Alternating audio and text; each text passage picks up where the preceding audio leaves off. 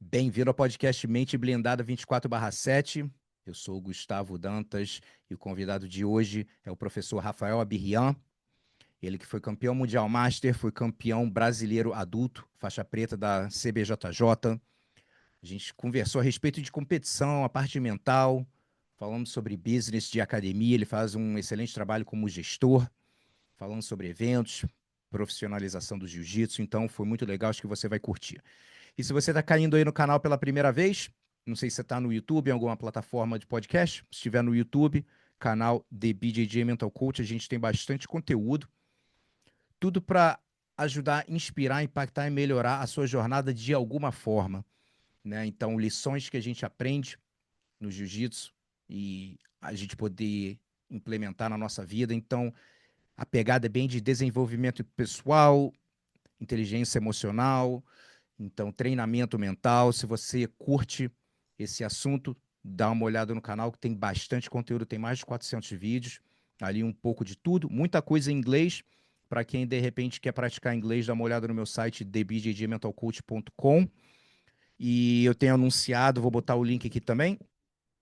Eu lancei meu segundo livro, no caso, o primeiro em português. Não dá para ver a cor direito aqui por causa do fundo verde, tem verde aqui, que é da marca. Então tem inglês e português pela primeira vez e deu um trabalho do caramba.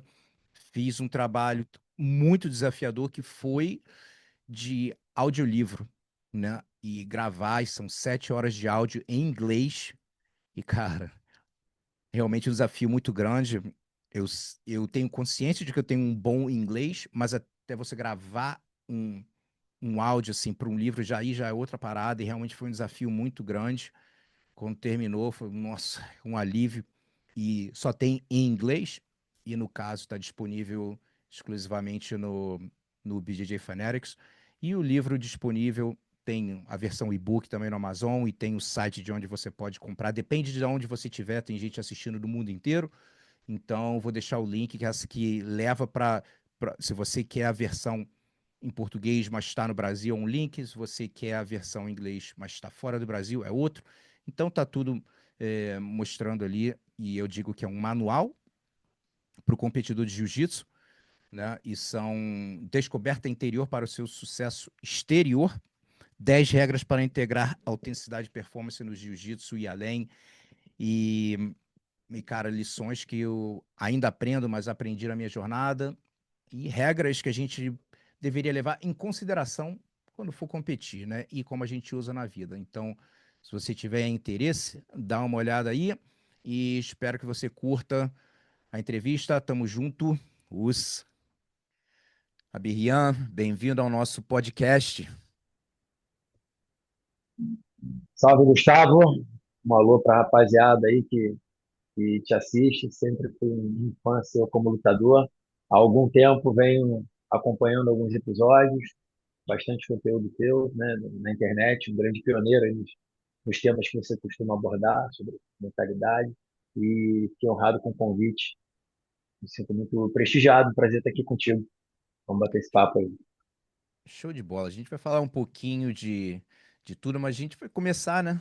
Lá atrás, como foi sua primeira exposição às artes marciais? Não sei se foi jiu-jitsu, se teve algo antes, mas como é que foi esse relacionamento com as artes marciais? Eu entrei no jiu-jitsu com 8 anos de idade, ali final da década de 80, né? 87, 88. Eu tinha 7 para 8 anos, na academia do Kiko Veloso, no posto 6. Entrei por um acaso, um grande amigo da família, era um vizinho, que a gente era criado junto como primo, me levou ali na academia, que era uma academia chamada o Elmo, né? Depois passou a ser W2M, academia no posto 6 em Copacabana, no Rio de Janeiro. E tive contato com o Kiko Veloso, que era um faixa roxa, dando aula ali nos fundos da academia, no espaço que ele botava uns tatames. E foi assim, dali eu comecei a me. Eu praticava jiu-jitsu como praticava vários outros esportes. Não foi uma paixão ali que eu quis e pedi para os meus pais. Simplesmente esse camarada me levou. E ali eu continuei treinando como uma atividade complementar à escola. E aí o tempo foi passando, eu comecei a gostar mais daquilo ali, competir mais, né? O Kiko Veloso vem da Carson Gracie, então ele incentivava todas as crianças a competir. não tinha muita competição, mas tinha os intercâmbios entre a Carson Gracie e outras equipes ali da Zona Sul, né, contra os Strauss.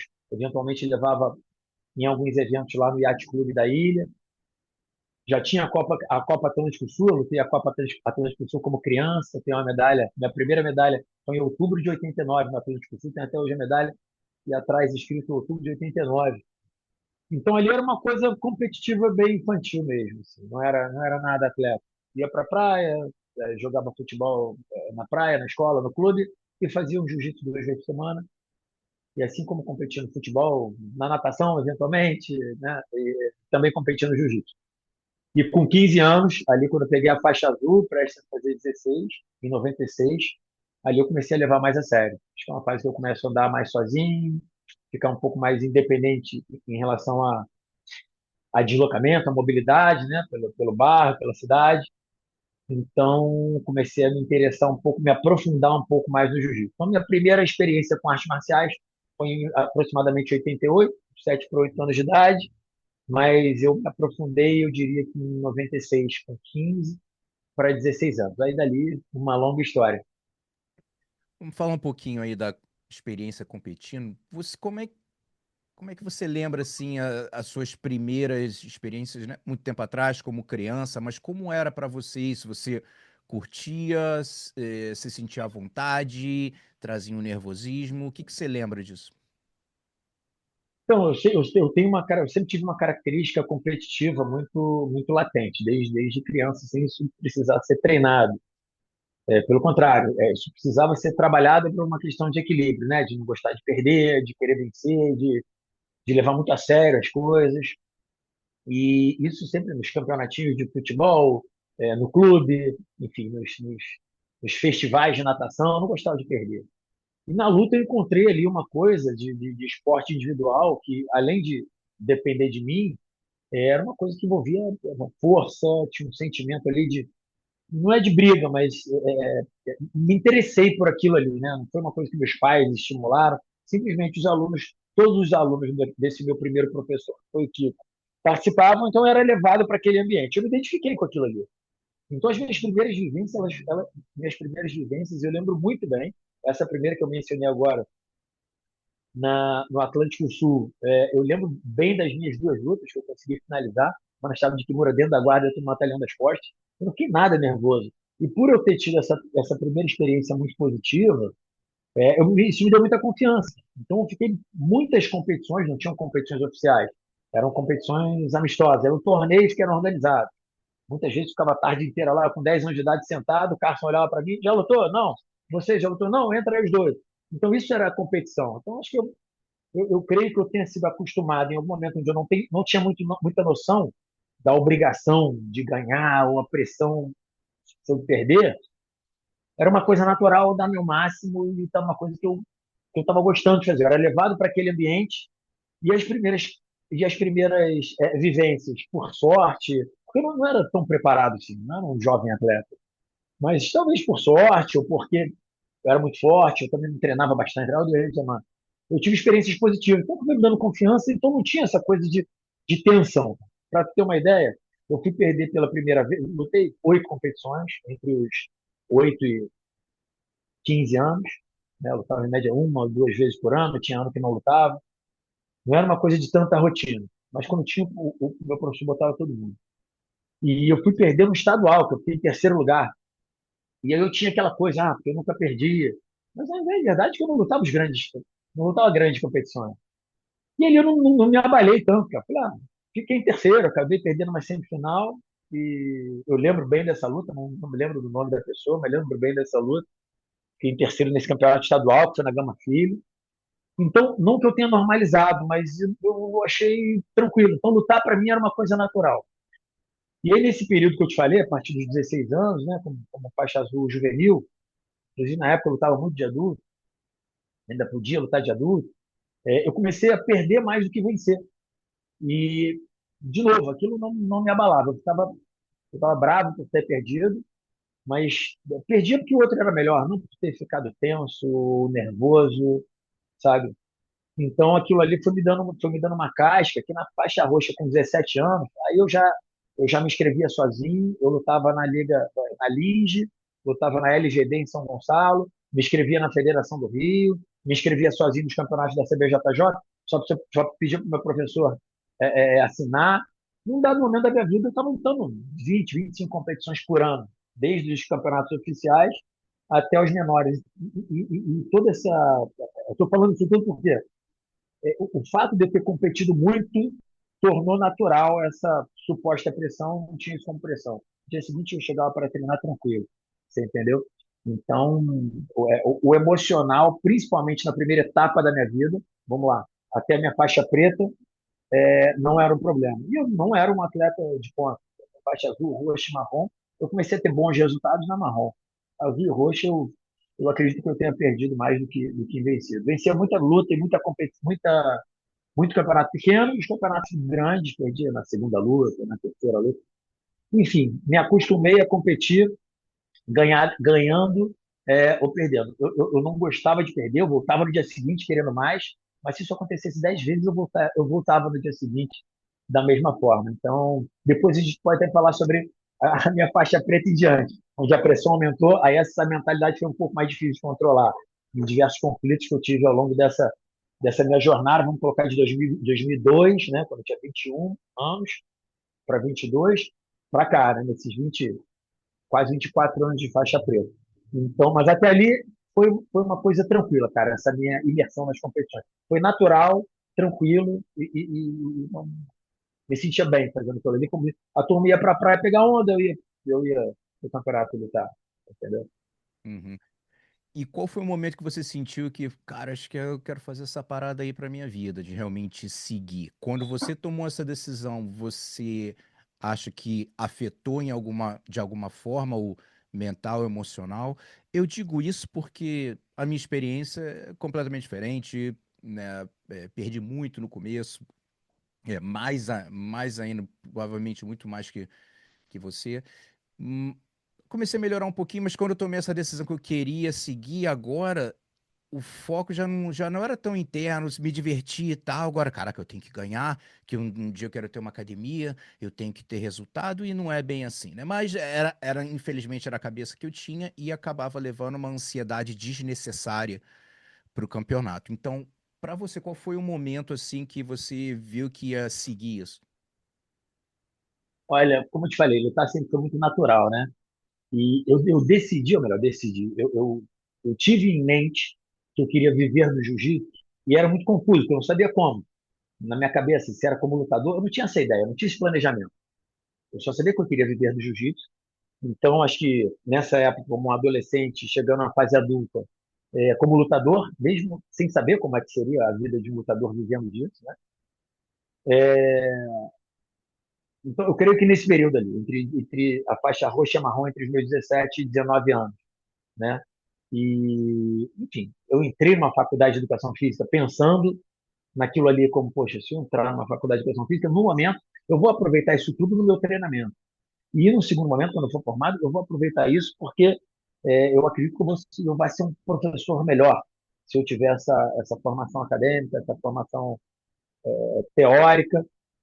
Mas eu não sabia bem se eu ia ser dono de academia, se eu ia trabalhar em algum lugar, como é que era ser lutador e viver sendo lutador. Eu não tinha ideia, inclusive, que na época era praticamente impossível isso acontecer, diferente de hoje. Então, eu creio que entre os 17 e 19 anos, eu tive essa. Não sei se era um. Não foi uma meta, cara. Eu acho que era um sonho. Porque acho que a meta ela envolve planejamento, né? Início, meio, fim, caminhos, ferramentas, métodos. Eu não tinha uma meta, eu tinha um sonho. Eu sabia que eu queria viver do jiu-jitsu. Diria que entre a faixa roxa, que eu peguei quando tinha 17 anos, e a marrom quando eu peguei 19. Né? Foi no período que eu entrei na faculdade, então as coisas giravam em torno do jiu-jitsu. A minha vida ela era totalmente dedicada ao jiu-jitsu. Eu estudava numa escola muito difícil no ensino médio, que é o Colégio Pedro II, e então comecei a perceber amigos estudando para vestibular, para passar para faculdade pública, para fazer diversos cursos que eu via que não tinha nada a ver comigo. Eu falei, cara, essa vida de estudar para a prova não vai combinar com o que eu quero, que é treinar. Né? Eu não pensava em ser gestor ou ter um negócio, eu treinar para ser campeão, para viver do jiu-jitsu. Então, nessa época, eu tive uma conversa com os meus pais, que sempre foram hiper compreensivos, inclusive aceitaram essa loucura, né, de ir contra a maré ali dos meus colegas que estudavam para concurso ou para faculdades públicas. E falei, pai, não é minha, eu quero fazer jiu-jitsu. Aí meu pai perguntava, pô, mas como é que vive de jiu-jitsu? Igual o teu professor? Igual o Carson Grace? Como é que você quer viver? Eu falo, não sei. Eu vou fazer o melhor que eu puder para ser o melhor lutador possível. Eu acho que em algum momento eu vou ser o melhor professor possível. Eu não sabia como, mas é isso que eu queria. Então ali eu decidi que eu ia, sabe, eu tinha em mente, eu tinha um sonho de viver do jiu-jitsu. Legal. E essa é uma pergunta super importante, porque, cara, quantas pessoas que de repente, né, você que está assistindo aí em casa agora, né, normalmente a nossa galera aqui, pelo menos no Instagram, fala que o meu público é 70% de 35 para cima. Então eu sei que é a galera master, mas eu tenho a galera nova também. E hoje em dia, apesar de, né, hoje em dia a gente pode falar da posição de, pô, quero viver do jiu-jitsu, a conversa hoje em dia seria muito diferente de quando você Totalmente. teve, quando eu tive um pouquinho antes e como, pô, outras pessoas tiveram, falaram assim, como assim jiu-jitsu, né? Então, eu também fiz a mesma coisa, fiz o mesmo caminho, falei, cara, educação física, né? Eu falei, pô, um dia eu quero ter minha academia, então minha visão era de repente ter. Porque naquela época também, nos anos 90 pô, não tinha muitos lugares assim. É difícil você ver um lugar de uma academia de jiu-jitsu, uma academia de ginástica, é um lugar que tem, porque, pô, é muito difícil. Então, na minha cabeça era, cara, eu vou fazer educação física, tô em volta de esporte, eu gosto, tô fazendo umas coisas, fiz estágio, tudo relacionado com esporte. E a mesma coisa que você pensou de, né, de me tornar um professor melhor e tive as minhas batalhas com a minha mãe, que é, pô, né, minha melhor amiga, mas na época ela tinha percepção de sucesso dela, que foi passada para ela.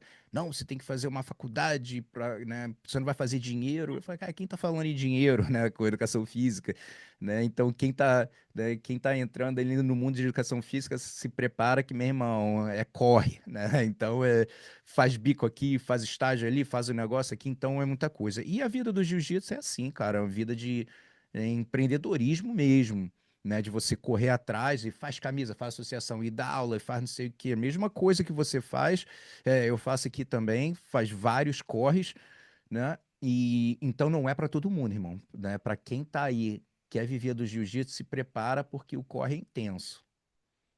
É intenso, mas eu acredito muito, Gustavo, que pelo fato de ter tanta gente que hoje as ferramentas de comunicação Ah, são é. completamente diferentes do que naquela época. Então, o que as pessoas, o que os jovens que nos assistem e hoje não precisa viver do jiu-jitsu não precisa ser só um sonho, pode ser uma meta, porque você tem acesso a ferramentas que te permitem planejar, né, criar, deduzir alguns pontos fortes, alguns pontos mais frágeis, ver o que deu certo e o que não deu certo. Naquela época os nossos professores de jiu-jitsu, eu, quando me identifiquei, quando me enxerguei professor de jiu-jitsu, porque não existe uma regulação para isso. Né? Hoje em dia, o faixa azul pode dar aula, ele bota um tatame, começou a dar aula, já se intitulou professor.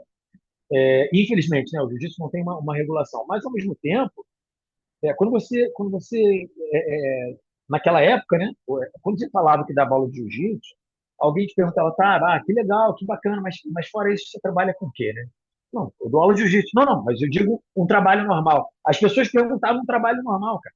Como se dar aula de jiu-jitsu não fosse um trabalho normal. E, de fato, não era. As nossas referências, claro, com algumas exceções, poxa, você tem um mestre que é o André Pederneiras, que é uma grande referência desde o início, desde lá dos primórdios, talvez ele tenha sido um dos primeiros a entender como empreendimento, por tamanha inteligência que ele teve e pioneirismo.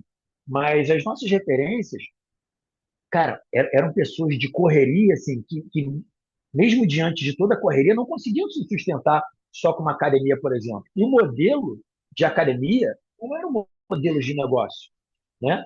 Eram modelos duplicados daquela época onde que se precisava provar a eficiência dessa arte marcial, dessa arte de luta. E não necessariamente aquilo definido como uma escola esportiva ou como um lugar com valores educacionais agregados, um lugar que envolvesse saúde e qualidade de vida para a família toda. uma visão humanista, que trouxesse pessoas de todos os perfis, e não somente aquela seleção natural que acontecia na nossa época, onde os mais fortes sobreviviam. Então, é um modelo totalmente diferente. Então, como você falou, talvez nos poucos jovens que nos assistem, né, a maioria que assiste talvez seja da nossa faixa etária, da nossa geração, mas viver hoje do jiu-jitsu não é nada fácil, como viver da educação física não é nada fácil. Mas hoje existe uma trilha já, cara, já existe uma estrada pavimentada aí, né, com quem errou lá atrás quando não tinha meio de comunicação, quem deu cabeçada.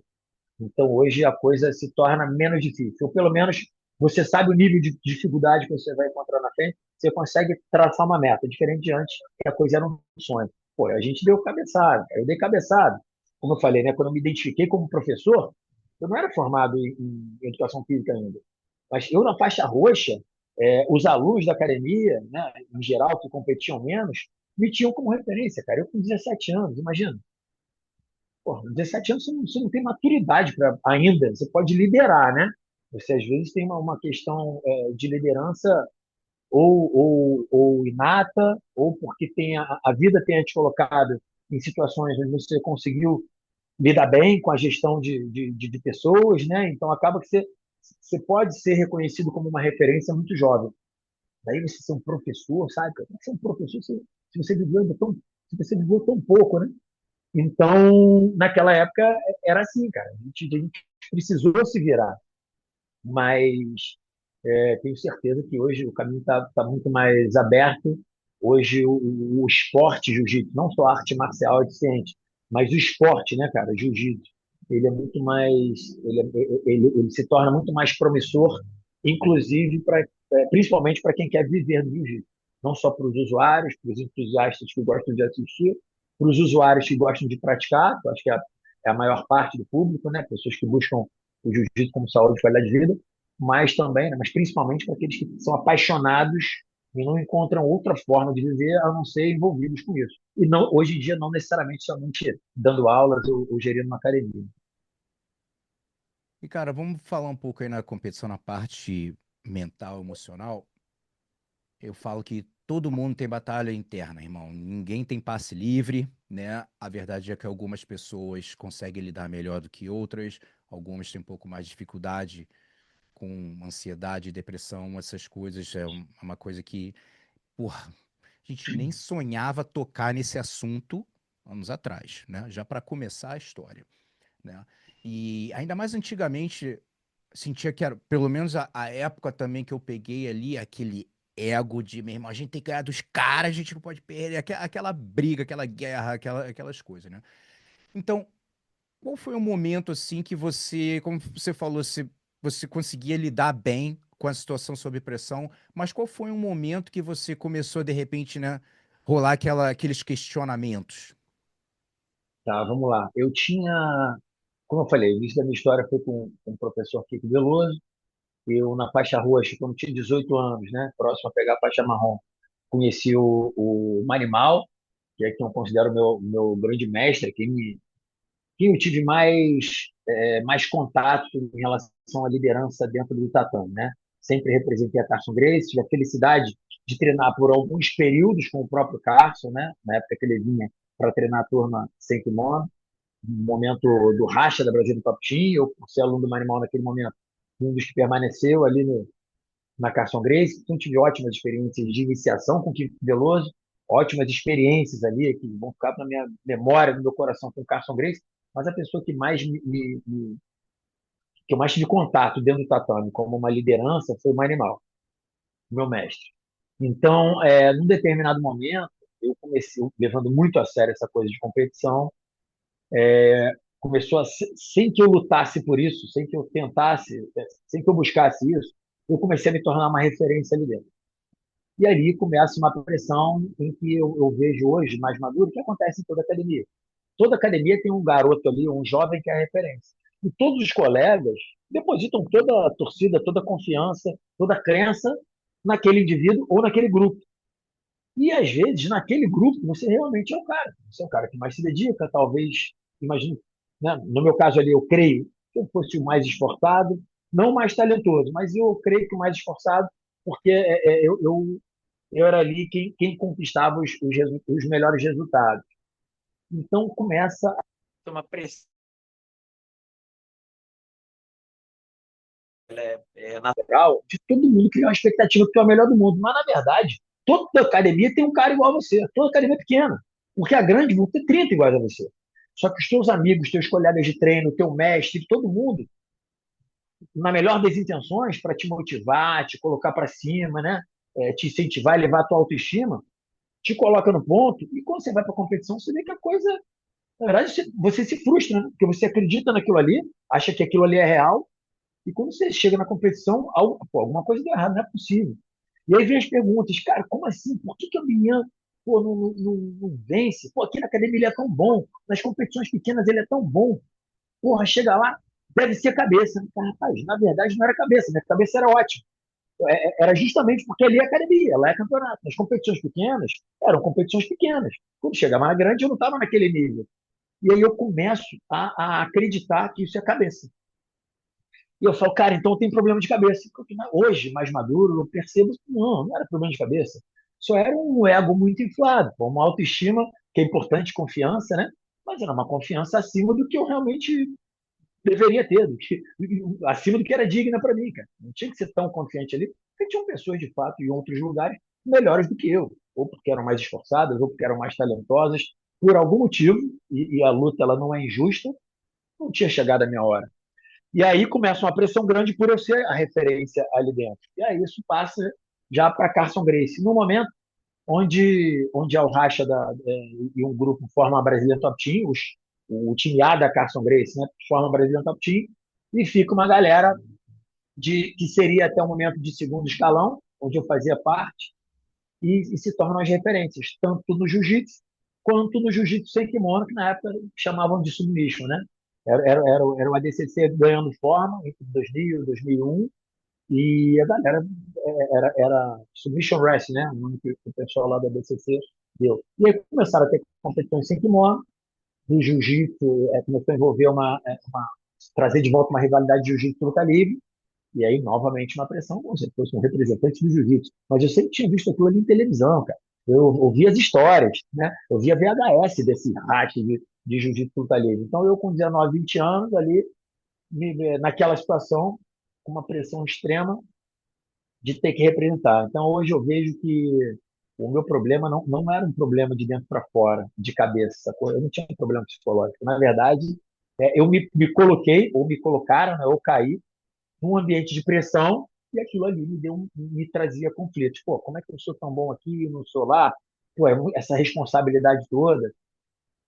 Então, esse foi o momento onde isso começou a acontecer, e aí eu acho que foi o momento onde eu mais amadureci, cara. Como eu falei, até então, para mim era normal lutar, né? Para mim era ganhar ou perder era uma coisa tranquila. E nesse momento eu comecei, quando você entra numa de não posso perder, aí é um passo para o abismo, cara. Mas graças a Deus tive ótimas lideranças. Olha, meu pai, ele nunca entrou no tatame, mas sempre foi o meu maior mestre, cara, o meu maior líder. Porque era a pessoa que conversava comigo, né, que tentava tirar essa pressão, sempre me apoiou em tudo. Para ele, sempre foi muito orgulhoso dos meus bons resultados, mas sempre foi muito indiferente eu ganhar ou perder. E esse é um grande aprendizado, entre milhares de outros que eu tive com meu pai, que no momento não está mais aqui conosco, mas são coisas que eu levo. Eu sinto ele perto de mim, né, sempre que eu lembro desses ensinamentos, cara. E eu só passo para os meus filhos, passo para os meus alunos, que poxa, vai lá dar o seu melhor, e se você vencer, a gente vai celebrar. E vai lá dar o seu melhor, e se você perder, a gente vai celebrar. É como se o pós-luta não tivesse tanta diferença. E isso é um trabalho de ego difícil, né, cara? Eu imagino que para um jovem como eu, que tinha aquela pressão ali, era muito difícil. Então, hoje a minha ideia, um dos meus objetivos, quando eu trato, né, com pessoas, é tentar tirar essa coisa, mantenha o ego vivo, mas não deixe ele levar tanto, né, cara? Não deixe ele cair muito, mas não deixe ele levar tanto, porque a gente vai comemorar de qualquer forma. Pô. A gente vai comemorar por acordar e estar respirando, por ter capacidade física para conseguir competir de igual para igual com outra pessoa. E se não deu para vencer, é por algum motivo, vamos usar isso para trabalhar para melhorar. Resumindo a resposta, esse período aí da até a minha faixa marrom, eu diria que até no início da faixa preta eu sofria muita pressão, cara. Essa foi, acho que a primeira etapa. Tiveram outras etapas também que a gente pode falar, mas acho que ali começou, sabe? Na coisa de todo mundo colocando em mim essa, sem querer, por amizade, essa responsabilidade. O Manimal, que era o meu mestre, me dando uma confiança muito do que eu conquistei, foi graças à confiança que ele me deu. Mas, eventualmente, não só ele, mas como toda a equipe, me dava uma confiança em excesso por eu ser uma referência ali dentro. Chegava lá na hora, não era bem aquilo, eu tinha que me virar como eu era. Foram as minhas primeiras experiências de conflito. Com o tempo, isso foi amadurecendo e foram vindo outros conflitos também.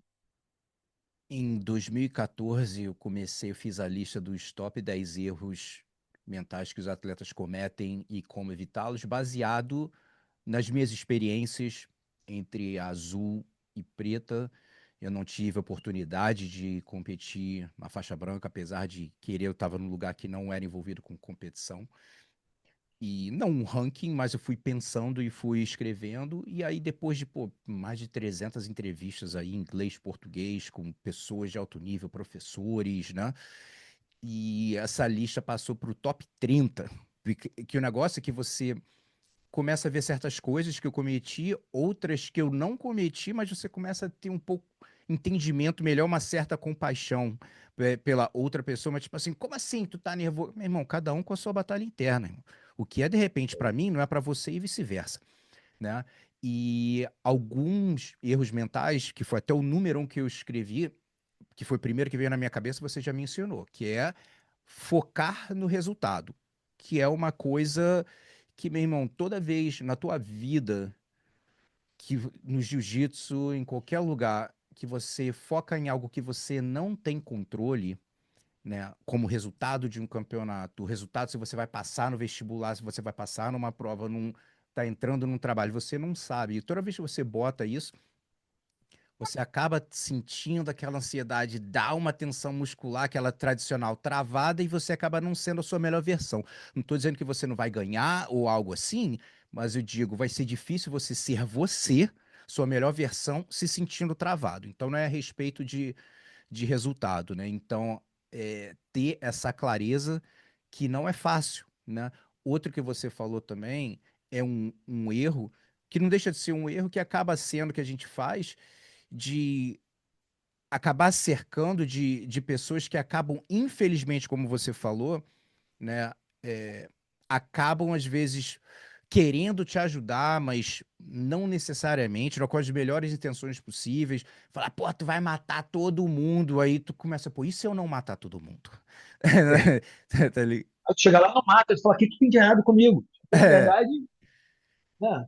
exatamente. Então, ao mesmo tempo que você tem que estar filtrando o que passa na tua cabeça, naquela batalha interna normal, você tem que estar ligado que os outros também têm batalha interna deles e muitas vezes acabam passando inseguranças para você, né? Ou querendo motivar, ou que seja, pô, aquele tradicional, cara, tu fala com aquele cara, porra, aquele cara, meu irmão, o cara não cai e não sei o que, tu já, né? Então, saber filtrar essas coisas. Então, com isso tudo, qual é de repente um erro mental que você acredita que em algum momento de repente você cometeu, ou que você vê até com alunos mesmo, né, que de repente cometem, e isso que você já falou é o número um, né? É difícil, mas realmente foi o primeiro que veio na minha cabeça, que é isso de focar no resultado. Caraca, eu vou ganhar, vou perder. Mas o que que vem na tua mente? Cara, agora, bom, esse aí acho que esse de focar no resultado, né, de estar mais preocupado com o resultado do que com o processo, achar que é a história das pessoas que treinam para lutar, né, como se a luta fosse o principal objetivo e perdem uma baita oportunidade de lutar para treinar. Eu acho que esse teu número um, eu acho que ele tudo se resume nele, cara. Eu não penso em algum erro que eu possa ter cometido que não esteja ligado a isso. Eu acho que quando você pensa em, sei lá, em torcida, na expectativa que as pessoas têm em você, no que aquele resultado pode te trazer, né? Em que essa vitória pode. reverberar em sucesso para mim e até que ponto essa derrota pode me prejudicar. Quando você começa a pensar nessas coisas, né, e é natural do jovem, né? Isso é o ego lá no alto, eu não tenho dúvida que isso tende a te prejudicar. E olha que eu sempre falei que eu sempre reagi bem sob pressão, cara. Sempre eu gosto. Se tiver uma coisa muito acomodada, talvez eu não vá ter um resultado tão bom, né, muito ajustadinha, se eu tiver algumas adversidades ali pelo caminho. Sempre foi assim. E eu acho que o jiu-jitsu me trouxe isso por eu viver nesse ambiente desde muito novo. Me acostumei com isso, então é algo natural. Então eu creio que seja isso, cara. É pensar demais no resultado, né? No treinar para lutar, como se a luta fosse o objetivo principal, porque se você coloca a luta como objetivo principal, quando acaba e você vence, você se acomoda, inclusive beira a soberba. Você se coloca num ponto que dificilmente você está aprendendo alguma coisa. Você está comemorando, você está, né? Você está satisfeito, você encerrou a missão, você fechou o ciclo. Se eu treinei, meu objetivo é lutar e ter um resultado, quando aquilo acaba e eu venço, é natural que se acomode. Você tem que estar muito motivado para voltar e querer algo mais, né? E quando você perde, né, você treina para lutar, e quando chega no dia D, você perde, é natural que você se frustre, né? E aí vai ser difícil você lidar com o ego e tudo mais.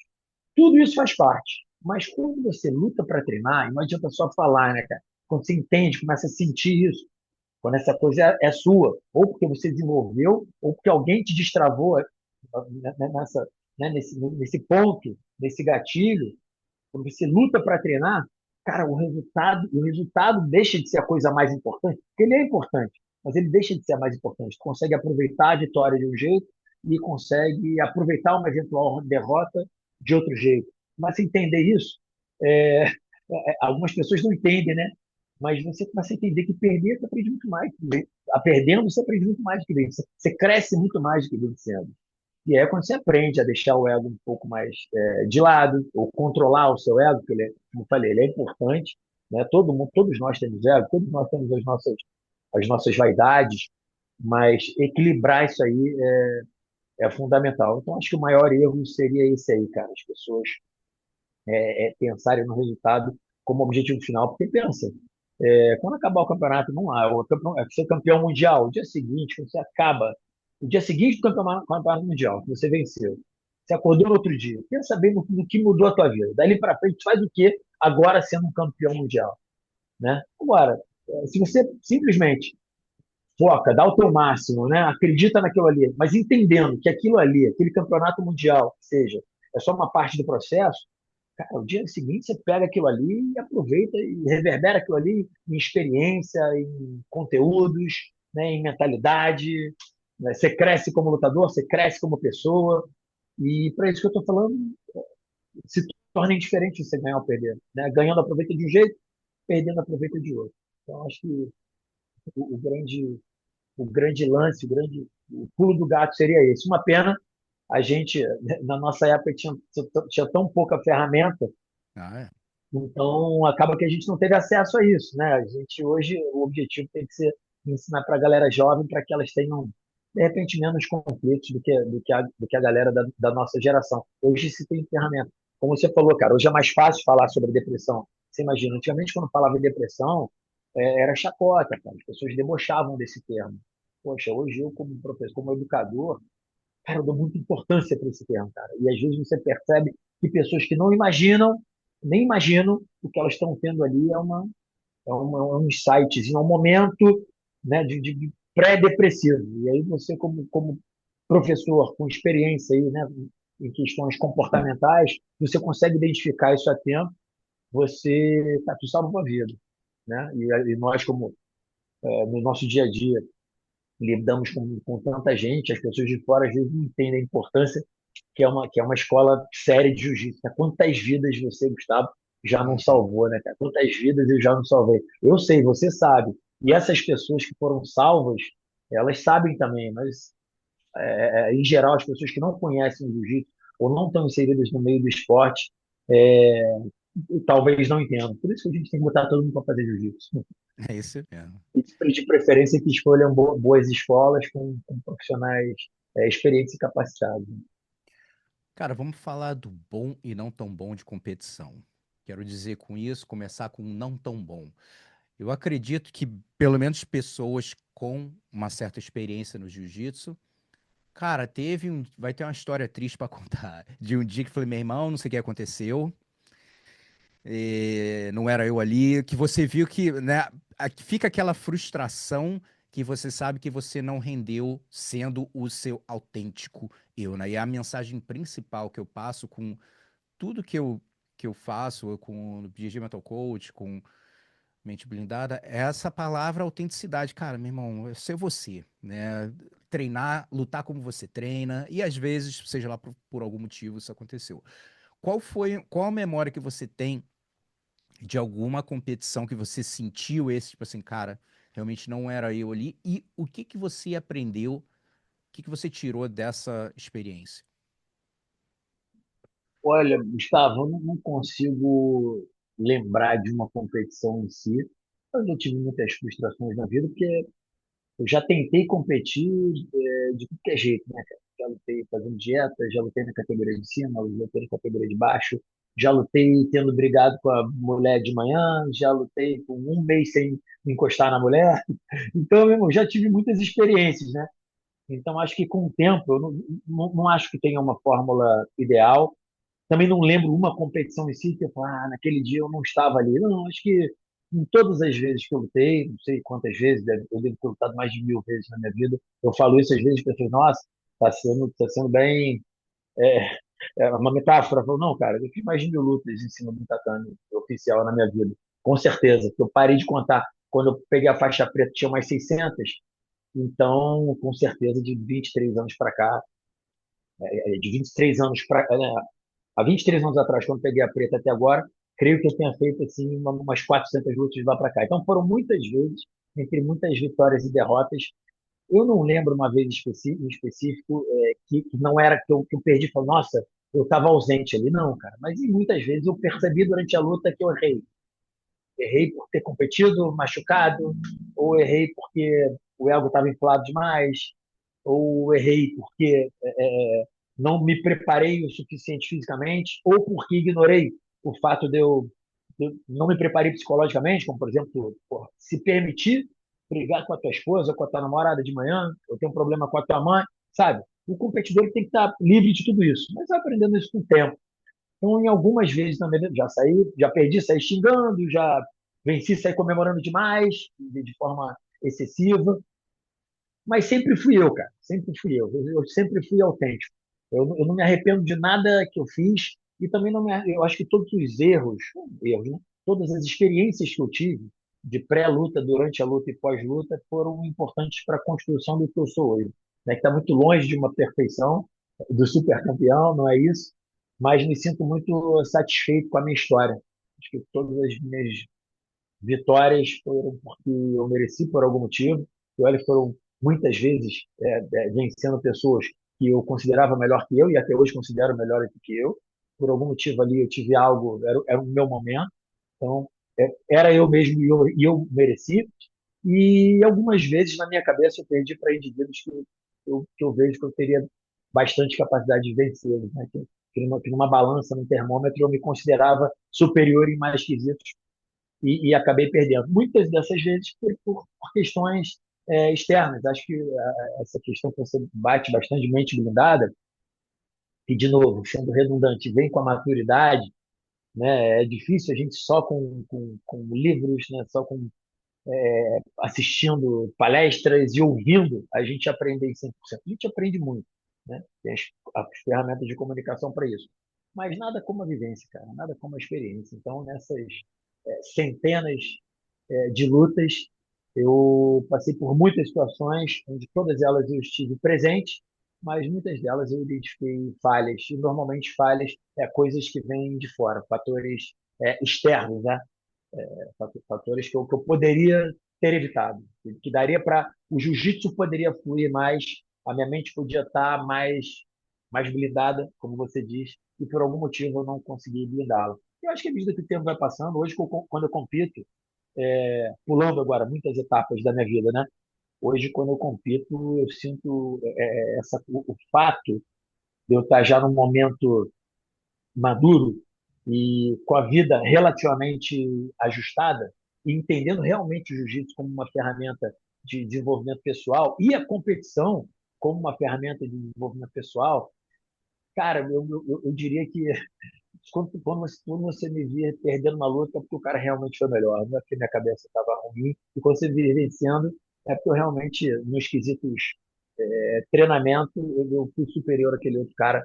Mas certamente a questão psicológica, assim, foi muito tempo lutando, foram muitas experiências em cima do tatame, foram muitos pré-luta, foram muitas lutas, foram muitos pós-luta, vivenciando diversas formas, né, e fatores externos vindo ali, foram muitas vezes sofrendo essa pressão para hoje em dia estar, não digo mente blindada, acho que seria muita pretensão da minha parte, mas com a mente relativamente tranquila para, se eu tiver aqui que não obter sucesso numa luta, não ter sido pelo fator psicológico. Uhum. Uma coisa que acontece, que é um dos erros também, que é, cara, sei lá quantas pessoas, né, que eu já conversei em off também de alto nível, de jiu-jitsu, MMA, o que for. E um erro muito comum é o medo de errar. E isso, mesmo você estando bem preparado psicologicamente, cara, no jiu-jitsu você tem que tomar as decisões tão rápidas.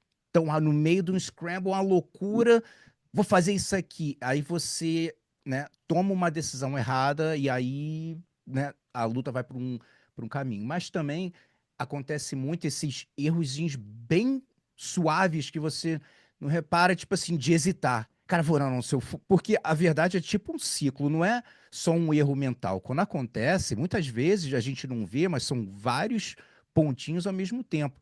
Por exemplo, alguém que tá, caramba, todo mundo tá falando que eu vou amassar todo mundo. Você, não, pô, não quero desapontar os outros. Aí o cara já começa a ficar meio com aquela preocupação. Aí eu tenho que ganhar, já é o medo de errar, já são dois. Aí chega no momento da luta, tá aquele. De repente tá um 0-0. Aí, pô, falta 2 minutos. Tu tá por baixo, tá fazendo tua guarda, as coisas não estão caminhando. Fala, cara, ou eu fico aqui e espero pra, tipo assim, até o finalzinho, de repente eu consigo tirar uma da cartola, ou eu saio da minha zona de conforto e faço um plano B ou alguma coisa. Aí quando vai pensar, eu vou, mas porra, mas e se der errado? Se eu errar, o cara vai passar, se passar eu vou perder, não quero desapontar os outros, vou ficar aqui. Então, às vezes, essa decisão muito rápida, assim, de vou, não vou, essa hesitada de 1 segundo, no jiu-jitsu você precisa só de um, para desandar tudo, para mudar todo o rumo de luta. E no meio dessa loucura, em um campeonato grande, várias lutas, no final você já ficando, né, já não tá respondendo tanto de repente como estava na primeira luta. Então, essa briga, cara, eu quando já dei assim uma bola para vários caras de alto nível que eu tô analisando uma luta, eu falo, cara, 6 minutos e 32, o que que você tava passando na tua cabeça nesse momento aqui? Porque como eu não sei às vezes o jogo da pessoa, o conhecimento, mas eu vi que tem uma oportunidade. Você, o que exatamente você estava pensando? Pô, às vezes, e muitas vezes, pô, eu pensei, mas eu falei, pô, se eu fizer isso aqui e tal, eu não vou esperar. E essa paradinha, né, hoje em dia eu tento me policiar, não sou perfeito, pô, mas me policiar disso também, de me pegar, se eu me pegar durante a luta dando uma hesitada, né, de tipo assim, meu irmão, vai, né, de não ficar às vezes hesitando, que oportunidade em jiu-jitsu é aqui, ó, tá aqui, não tá mais, acabou, foi embora e essa oportunidade vai aparecer novamente. Então, saber lidar com essas escolhas no meio do caos, no meio da intensidade, são mini erros mentais que você pode estar, meu irmão, muito bem de cabeça, todo mundo tudo bem de cabeça, mas uma decisãozinha de leve, de 1 segundo que você perdeu um foco de vou ou não vou, muda e a oportunidade desaparece, não é?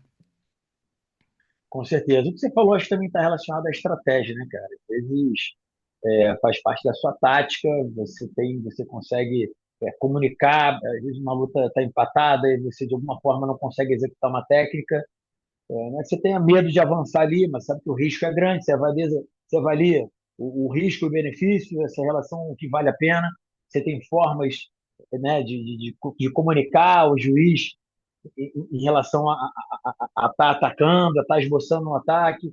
Então, eu entendo o que você disse, né, de eventualmente tomadas de decisões muito rápidas podem definir o resultado, né?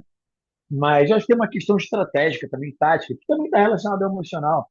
Às vezes não é porque você hesitou, você fez a escolha certa de não avançar, né? Eu sei que o que a galera quer ver é luta, é briga, é aquela coisa excitante. Mas eu admiro também os caras que têm um emocional, têm a frieza suficiente, não de hesitar, mas de parar, de olhar, deixar o tempo passar um pouco, de perceber que o outro está tenso, né? Essa percepção comportamental, às vezes, não deixa de ser também uma tomada de decisão acertada, eventualmente você não avançar em alguns momentos. Então, acho que isso que você falou faz todo sentido, mas tem uma questão estratégica também, que eu acho que também está relacionada ao nacional. Ou seja, tomar a decisão de dar um passo à frente é importante, não hesitar, mas, eventualmente, tomar a decisão de esperar o passo do outro também pode fazer sentido. Com certeza. E falando de performance assim marcante, qual foi uma que vem à sua cabeça? E eu quero assim que você pense no nome, cara, pô, hoje pô, se sentiu bem, conectado, as coisas entrando, sabe? Tu acorda naquela vibe de campeão, de que, pô, meu irmão, né? É uma.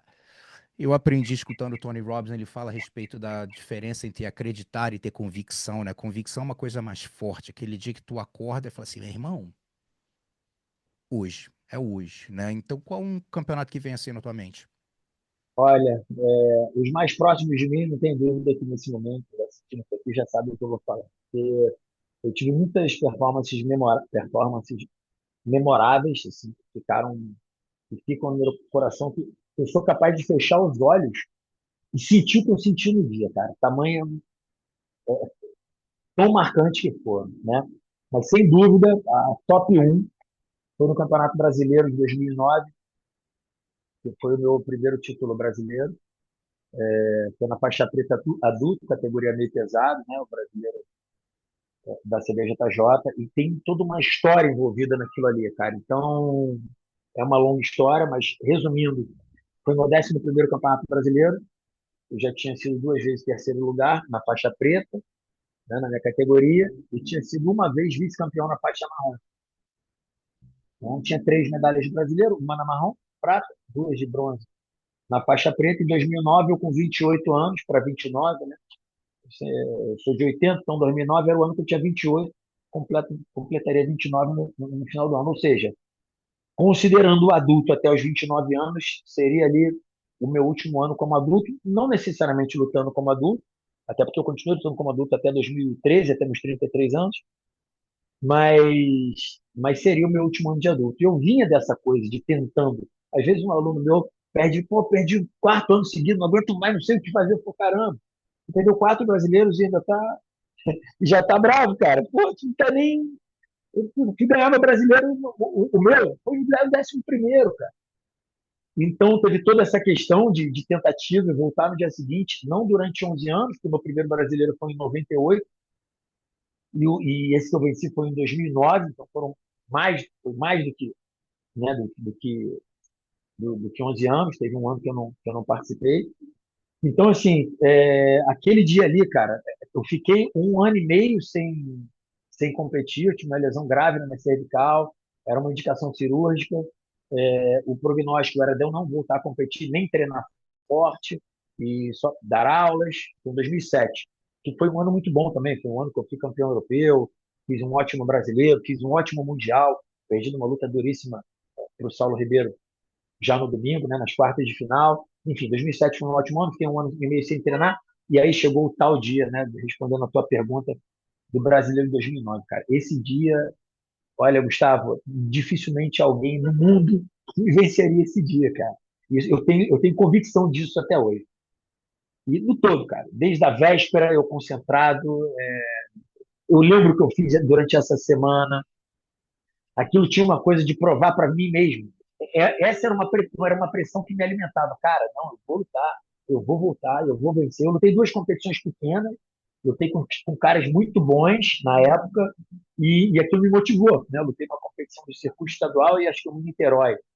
Lutei com uma galera que durante esse um ano e meio que eu estava parado, essa galera estava competindo direto, que foi o Renan Vital, que era do Gordo Jiu-Jitsu, o Vitor Bonfim, o Gabriel Quitober, uns caras muito duros, lutei com esses caras em competições pequenas. Falei, cara, então eu vou voltar no brasileiro, eu vou ganhar o brasileiro. Eu nunca ganhei, mas agora eu vou ganhar. Chegou a minha hora, né? E eu fiz uma preparação física que eu nunca tinha feito na vida, é uma preparação tão profissional, que é com o Ítalo Vilardo, e a gente treinou durante alguns meses, não foram muitos, foram alguns meses para aquilo ali. É, e aí, aquele dia, eu acho que foi, sabe quando o universo, cara, tá tudo levando para um ponto. Acho que naquele dia, tudo foi a favor. Da música que eu escutei, indo pro Tijuca Tênis Clube, o programa de TV que eu assisti nas vésperas, que era o Rickson falando no Altas Horas, algumas coisas sobre mentalidade. Agora, eu não lembro se foi um programa que eu vi na TV ou um vídeo que eu vi na internet, mas eu ouvi falando aquilo ali. Sobre tudo que vinha envolvendo a minha vida naquela época. Eu tive um afastamento físico do meu mestre, né? Foi um tempo onde eu treinava com meus alunos. Eu tinha alguns alunos que tinham saído da minha equipe, porque não era uma equipe focada em competição. Então, eram muitas provas ali, mas diferente de anos atrás, onde aquilo ali me levava uma pressão, né? Eu chegava ali, porra, com essa expectativa nessa vez, era uma expectativa do tipo, cara, esse título já é meu e eu só vou lá buscar. E ninguém vai atrapalhar esse meu caminho. E foram 5 lutas memoráveis. E muitos amigos me acompanharam ao longo desse dia inteiro, né, cara? Foi um dia inteiro. Comecei a lutar 10 horas da manhã, a semifinal, eu fiz 4 lutas, né? A semifinal foi em torno de, não sei, 11h30, mais ou menos meio-dia, e teve um intervalo grande até a final, que foi às 4 horas da tarde. E nesse dia eu lutei com os caras que estavam muito bem. Eu, como eu falei, eu estava parado durante 1 ano e meio, então eu estava fora, eu voltei a ser uma zebra, né? Em 2007 fiz um ótimo ano e parei no meio do ano no Mundial, em julho. No primeiro Mundial lá de Long Beach. E aí só fui lutar em 2009, na época do Brasileiro, ali em abril ou maio. Então fiquei praticamente 2 anos fora do circuito. E uma categoria com 32 atletas, muita gente boa, muita gente boa. Pô, tem a chave até hoje guardada. Pô, se tu olhar, tu vai falar, caramba, categoria meio pesado, só atleta de ponta. A minha primeira luta, eu lutei com uma pessoa que eu não conhecia, né? Acabei finalizando rapidamente, na chave de pé. A minha segunda luta, eu lutei com um cara que eu admiro bastante, um contemporâneo seu, que é o André Bastos, que hoje é um grande amigo do Jiu-Jitsu, um grande colega de trabalho. Diga-se de passagem, nesse dia dessas 5 lutas, foi a minha luta mais dura. Foi a minha segunda luta. O André Bastos era um cara que estava em alta, era um cara de nome no Jiu-Jitsu. As minhas quartas de final foi com o Felipe Gerri, da Gracie Barra. Também, assim, para todos os efeitos, era um favorito, era um dos favoritos ali daquele título, e eu consegui finalizá-lo. A semifinal, porra, eu finalizei em 19 segundos. Um cara que depois eu passei a conhecer melhor, também virei um grande fã, que é o Rodrigo Fajardo, da Gracie Barra lá de Curitiba. E a final eu fiz com o Tarsis Humphries, que na época, esse era realmente o favorito da categoria. Ele tinha vencido o absoluto na véspera, fechado com o Gabriel Vela. Então, nesse dia, no dia das categorias, ele nem faria a final com Vela, ele já tinha sido campeão junto com Vela. Nesse mês desse brasileiro 2009, ele estava na capa da Gracie Mag, na capa da Tatame. Como a gente fala hoje em dia, capa as pessoas nem imaginam, porque é tudo internet, né? Mas não tinha essa coisa, tinha pouco internet, então era revista, né? Como você sabe bem. Então o Tarsi estava na capa da Tatame e na capa da Gracie Mag por ter vencido o World Pro no peso absoluto. Por um acaso, no ano seguinte, ele foi campeão mundial nessa nossa categoria lá em Long Beach, em 2010. Então ele era um cara, ele era não tinha um ranking estipulado, mas ele era realmente o número um do meio pesado naquela época. E ele fez uma campanha sensacional, cara. Arrebentou no absoluto, deve ter feito umas 5 lutas, e na categoria também fez 5 lutas, acho que ele fez uma a mais do que eu. E aí a gente chegou na final. Ele veio de uma semifinal, uma guerra com o Eduardo Santoro, com o português. Lutaram 10 minutos, uma luta duríssima, e a minha semifinal foi 19 segundos. Mas finalizei muito rápido, cara. E as lutas acabavam, eu não comemorava muito. Eu tava muito, eu tava muito comigo ali, cara. Eu tava muito sozinho ali no sentido de mente blindada. Te plagiando aí essa tua fala, teu slogan. E aí cheguei na final, ele extremamente favorito. Cara, eu lembro do que eu falei no início, eu chego a me emocionar, cara, porque eu consigo hoje fechar os olhos e sentir o que eu sentia naquele momento. O Sport TV estava filmando, não tinha canal Combate, era Sport TV mesmo. Eu sabia que aquela luta ia passar na televisão, no canal 39 da NET, e eu sabia aquilo tudo, mas naquele momento eu limpei minha mente, cara. Não botei nada na minha mente. Hoje eu vendo os vídeos, a minha torcida no início da manhã começou pequena, ao longo do dia parecia que ia aumentando, era de um lado a aliança inteira, e, cara, e a minha torcida muito grande, acho que eram companheiros de arbitragem da época que eu arbitrava, colegas de outras equipes, professores que lutavam nos campeonatos que eu organizava, a Copa América, pessoas da minha equipe, pessoas da Carson Grace, cara, minha torcida ficou muito grande, eu vejo isso hoje nos vídeos. No dia, eu não vi nada disso. E aí, antes da luta, a gente começou a se olhar ali, já no meio da área, lá dentro da área de luta, e eu tenho plena consciência do olhar no olho dele. E o mais maneiro, o mais legal, né, e passei a admirar também o Tarsis por causa disso, é que eu percebia nele a mesma vontade que eu tinha. Sabe quando você olha para um cara, para dentro da alma dele, não querendo soberba, mas para comprometer a mentalidade dele, e você percebe que o cara está com medo? Tem isso. Ali, eu percebi que ele não estava com medo. Aí eu falei, caramba, esse cara que é o mesmo que eu quero. Esse cara tá igual a mim. A forma com que eu olhava para ele, ele olhava para mim. E a gente começou a se encarar ali, o juiz era o Muzi. Essa história, acho que o Muzi percebeu que estava filmando, tinha toda uma mística ali, as torcidas estavam inflamadas, as duas, a minha, que era um monte de gente misturada na sua caça, e a dele, que era a aliança em peso. Eu acho que o Budi percebeu aquilo, ele deu um passo atrás, e se tu olhar o vídeo, tem no YouTube, tu vê que tem 1 minuto a gente se encarando e ninguém fazia nada. E o juiz não dava início para a luta. Parecia que ele estava gostando daquilo ali. E aí começou a luta, eu consegui finalizar em 32 segundos, cara. Então, o Tarso tinha feito 10 lutas nesse brasileiro, vinha de toda essa história que eu falei agora há pouco, e eu consegui finalizar o cara. Então, naquele momento ali, essa minha performance, eu digo, tu me perguntou agora há pouco se eu lembro em algum momento que eu não estava, alguma coisa que tenha te prejudicado por você não estar presente. Eu não lembro. Mas a que eu estava mais presente, sem dúvida, foi esse dia, cara. No início de maio, não lembro o dia, de 2009, na final do Brasileiro, categoria meio pesado contra o Tarsis. Foi o meu primeiro título brasileiro. Poxa, foi uma redenção, sabe, foi uma sensação ali que é inexplicável. Só quem já passou por isso sabe, e quem já passou nas condições que eu tinha naquele dia, esse somatório de coisas que vinham acontecendo desde o meu primeiro brasileiro em 98, a lesão, nunca mais vai lutar, e o cara arrebentando e tudo isso, e o meu preparo, porra, e ali eu consegui. Cara, é ali, aí eu comemorei, né? Ali foi realmente. Esse é um dos casos, e eu falo isso sem menor problema, sem a mínima vergonha.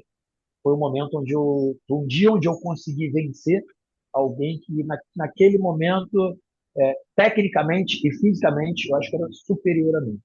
Mas eu acredito muito que a minha mente, o meu psicológico, naquele dia ali, pode parecer não, talvez seja arrogante realmente o que eu vou falar, mas dificilmente ali, naquele dia, naquele brasileiro, tinha alguém com um psicológico melhor e a mente mais blindada do que a minha tinha. Naquele dia eu tava muito presente. E hoje eu vejo os vídeos, eu vejo como é que estava a torcida, aquilo tudo eu não vi nada daquilo. É como se fosse um silêncio, Gustavo. Eu só estava ali, eu só queria ser campeão brasileiro e cumprir aquele meu objetivo de criança, e ali eu consegui. E dali para frente começou uma fase muito maneira. Eu continuei competindo por alguns anos ainda no adulto. O Tarsis é de uma outra geração, ele é um pouco mais jovem, então eu lembro de eu ir para São Paulo de faixa marrom competir, ele era juvenil. E aí ele estava no hype dele, tanto que no ano seguinte ele foi campeão mundial. Eu continuei competindo, as coisas começaram a acontecer para mim, alguns patrocínios, lutas casadas, né? Alguns eventos já começando a ter uma premiação em grana, e começou a acontecer de eu perceber que eu não estava mais acompanhando por melhor que eu estivesse treinado, mentalmente, né, preparado. Eu comecei a ver que a geração que estava chegando já estava difícil para mim. Aí eu tinha duas alternativas. Eu sou guerreiro mesmo, eu vou continuar, porque jiu-jitsu é adulto, e vamos ver, se vai perder, eu perco. Ou eu escolheria, cara, por que não ir para o Master? Já que eu tenho uma academia há 5 anos, eu atingi um grande objetivo, eu posso buscar novos objetivos, mas talvez o Master seja mais honesto eu competir com alguém que também dá aulas, que também tem família, que também tem uma academia, que já passou dos 30 anos. E foi aí que, com 36, com 33 anos, eu fiz uma das minhas cirurgias de joelho, fiquei um ano parado, e aí em 2014 eu já voltei como Master. Aí só alegria, aí zero conflito. Aí eu vejo você toda hora lá, super concentrado e super feliz lutando, porque isso, cara, as coisas. A pressão diminuiu. Eu entendi que, pô, acabou a pressão. Não por ter missão cumprida, mas, poxa, novos objetivos. E no Master eu já ganhei muito, já perdi muito também. não consigo competir com a mesma frequência, mas já consegui vencer outros três brasileiros na categoria Master, na faixa preta. Venci brasileiros de Timão, fui campeão mundial de Master, lá do World Master em Las Vegas. Então, consegui sentir essa alegria muitas outras vezes, e o jiu-jitsu nos permite isso, pelo fato de hoje haver as divisões de categoria. Entendo, e realmente, quando eu falo, não é demagogia, cara. Quando eu vou competir, eu vou realmente para me divertir. Mas é uma diversão que eu preciso estar preparado. É uma diversão que eu Com levo a sério, certeza. sabe? Eu levo a sério. Não quero ir para fazer número. O dia que você me vê numa área de concentração, não acha que eu estou ali. É uma diversão porque vencer me diverte. Então eu vou ali para isso. Mas realmente é entendendo perfeitamente que o dia seguinte eu vou acordar, os meus filhos vão estar me amando do mesmo jeito, me admirando, a minha esposa vai estar me esperando maravilhosa como sempre, os meus alunos vão continuar tendo orgulho de mim, isso tudo independe do resultado. A conta bancária vai estar igual, não vai estar nem mais nem menos, então é entender isso como parte do processo, realmente. E essa pergunta que você me fez, cara, lembrar desse dia do Brasileiro de 2009 me emociona muito. E olha que eu tenho muitas outras lutas memoráveis, a gente podia ficar até amanhã falando disso aqui, mas considerando o tema mente presente, sem dúvida a minha melhor performance, considerando um preparo psicológico, né, e a presença de espírito, de corpo ali, com essa luta em 2009, no final do Brasileiro. A jornada inteira, né, dessas 5 lutas decididas do Brasil.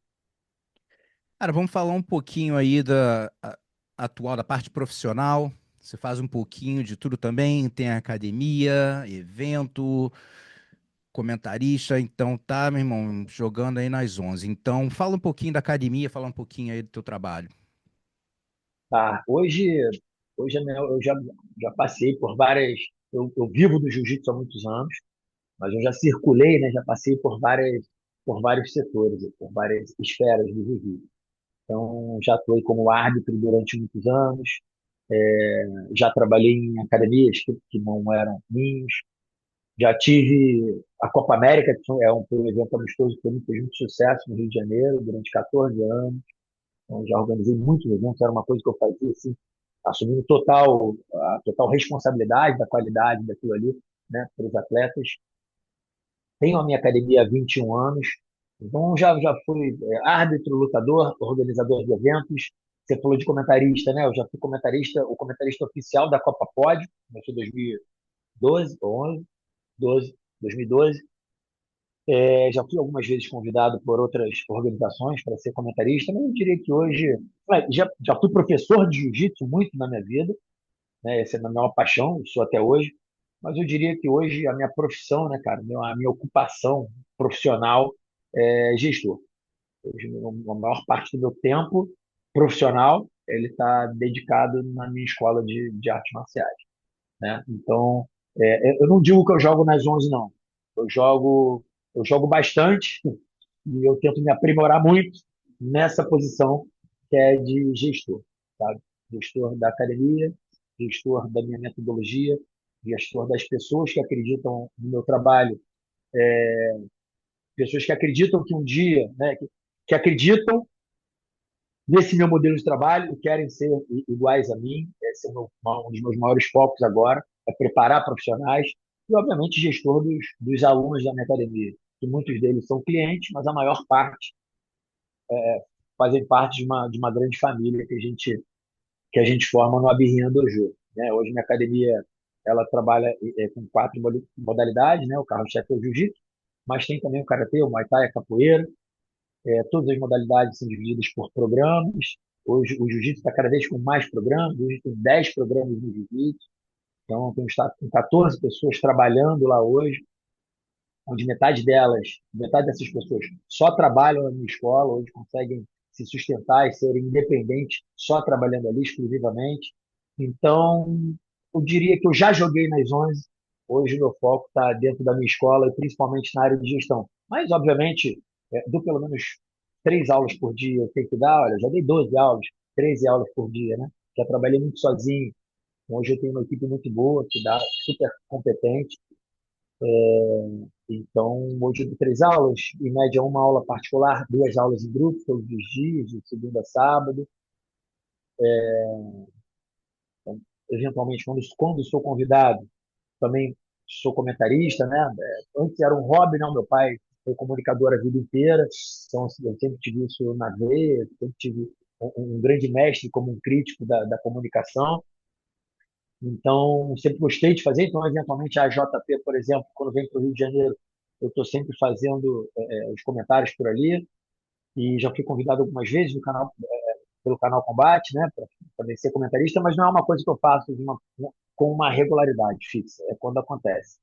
E organizar eventos também, já fui extremamente envolvido e comprometido nessa área de jiu-jitsu. Hoje eu sou contratado pela SJJSAF em coordenar os eventos dessa federação. São 5 por ano que acontecem no Rio de Janeiro, então estou presente em todos eles. Então, eventualmente me concentro ali, né? Nesse momento o presidente da federação passa por um momento muito delicado, então estou um pouco mais presente, mas é uma coisa que eu já fiz muito, hoje eu faço 5 vezes por ano, né? Então, quando tem evento, são basicamente 3 dias ali trabalhando bastante, mas não é uma coisa também que está dentro da minha rotina. E graças a Deus, hoje, disso tudo que eu falei, né, o fato de eu conseguir concentrar na minha escola me dá muito tempo livre. Cara. Acho que essa é a minha maior riqueza. Algumas pessoas falam, poxa, Birriana, você quer ficar rico? Você está rico? O que você quer? Cara, eu acho que eu já estou rico. Eu tenho tempo pra caramba hoje, né? Tempo de qualidade. Quando eu trabalho com prazer. Quando eu estou com os meus amigos, é dentro da minha escola. Quando eu estou com a minha família, meus filhos, é dentro da minha escola de lutas. Então, hoje eu consigo gerenciar o meu tempo muito bem, porque eu me sinto muito útil fora do tatame. Como eu falei, fico 3 horas por dia dentro do tatame, fico mais muitas outras horas gerenciando isso remotamente. Então, o fato de eu ter tempo livre, de eu ter liberdade geográfica, né, cara? E hoje, numa sexta-feira, tá aqui dentro da minha casa batendo esse papo contigo, né? Semana passada consegui fazer uma viagem com a minha família e ficar 5 dias fora do meu ambiente, da minha rotina, pelo fato de daqui ter essas férias escolares, né? De Dia das Crianças e Dia do Professor. Então, consegui, eventualmente, quando um aluno vai lutar um europeu, como eu já te encontrei lá no último, na área de concentração, no europeu não, no PAN, eu te encontrei lá, ou nos dois, não lembro. E meu aluno está ali, poxa, eu quero lutar europeu, mas eu nunca viajei, tá? Não, então vou contigo, cara, eu vou lá e vou com meu aluno. Então, esse tempo livre e liberdade geográfica, né, somado a no início do mês eu pagar todas as minhas contas, eu acho que é a maior riqueza que eu tenho, Com certeza. material e pessoal, né, cara? E tudo isso que eu estou falando, com os meus filhos do lado, com a minha esposa me acompanhando e com grandes amigos à minha volta, e boa parte deles são grandes profissionais que me ensinam, e uma outra parte deles são profissionais que estão se formando. Então, sem dúvida, com 45 anos agora, me considero uma pessoa realizada, por já ter jogado nas 11, como você falou, mas hoje está fazendo exatamente, bom, de repente o que eu sonhei em fazer com 60 anos, eu já estou fazendo com 45. Então, acho que me dei bem nessa. Cara, eu acho que não tem preço, né? Tem um preço que você paga chegar a ter essa liberdade de escolha, tá ligado?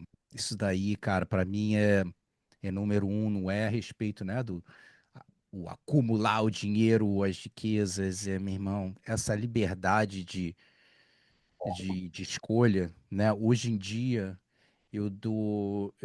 na minha academia, eu dou 2 aulas por semana. Essa liberdade, por exemplo, ontem eu não tinha que. Ontem foi quinta-feira. Eu não tinha que dar aula ontem, mas eu vou lá na aula de iniciante. Eu falo, pô, tem um monte de gente nova aqui e tal. Aí eu dou a aula, o professor recebe do mesmo jeito. Tipo assim, quando eu tô com vontade de dar aula extra, eu vou lá. Às vezes eu dou 3, 4 aulas que eu não preciso dar, não tenho nem que dar aula. Né? Então depende, eu Não, o faço seu muita time, coisa ao mesmo tempo. às vezes o seu time, os professores que você treinou, eventualmente, pô, dão uma aula tão boa quanto a sua, né, cara? E a tua É, figura chega a somar a aula dos caras, vai ser uma aula premium. Mas é, eu acho que você pode explorar um pouquinho todos os programas da tua academia. Porque se você ficasse de frente em todos eles, talvez você não teria tanta qualidade. Você vai ficar cansado, você faz isso há muitos anos. Né? com Então, acho que a sua certeza. expertise, a nossa experiência, ela é muito útil, eu vejo isso hoje.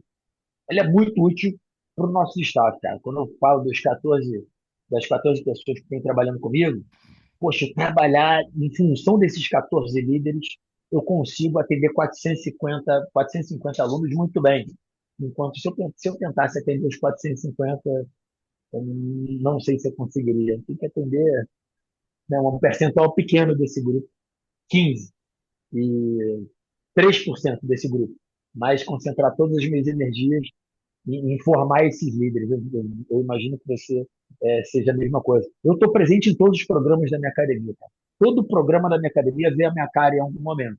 Né? Eu tenho os meus horários ali, que eu estou na parte administrativa, atendendo as pessoas, mas todos os programas do jiu-jitsu, em algum momento, vêm a minha cara. Obviamente, as outras modalidades que não são coadjuvantes, elas só são mais recentes, né, que é o Muay Thai, o Karatê e a Capoeira, que eu não desmereço, é, eu tenho menos contato com os alunos, né? Assim, eu tenho muito contato com os professores, porque no final das contas todos eles seguem o método do Abirrinha Dojo.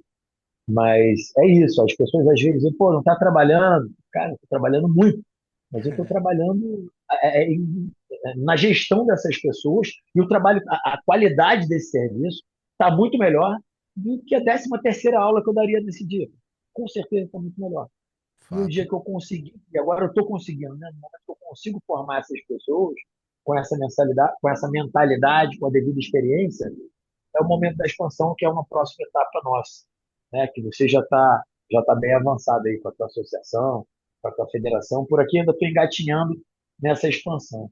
A escola está muito bem posicionado, extremamente satisfeito com todo tipo de resultado, tá, da minha escola de lutas. E agora sim me sinto mais seguro com a formação desses líderes, fazer uma expansão e seguro o céu é o limite, né, cara? Quanto mais pessoas de sucesso a gente formar, é natural que a gente vá caminhando junto. Cara, de perguntar só a respeito do como você vê o cenário atual de competição, né? Vamos dizer assim, o profissional. Quando você é profissional, tem uma sempre aquele debate, né? O pessoal reclamando, pô, o pessoal tem que receber mais, pô, tem que ser pago, tá, tá, tá, tá, tá, tá.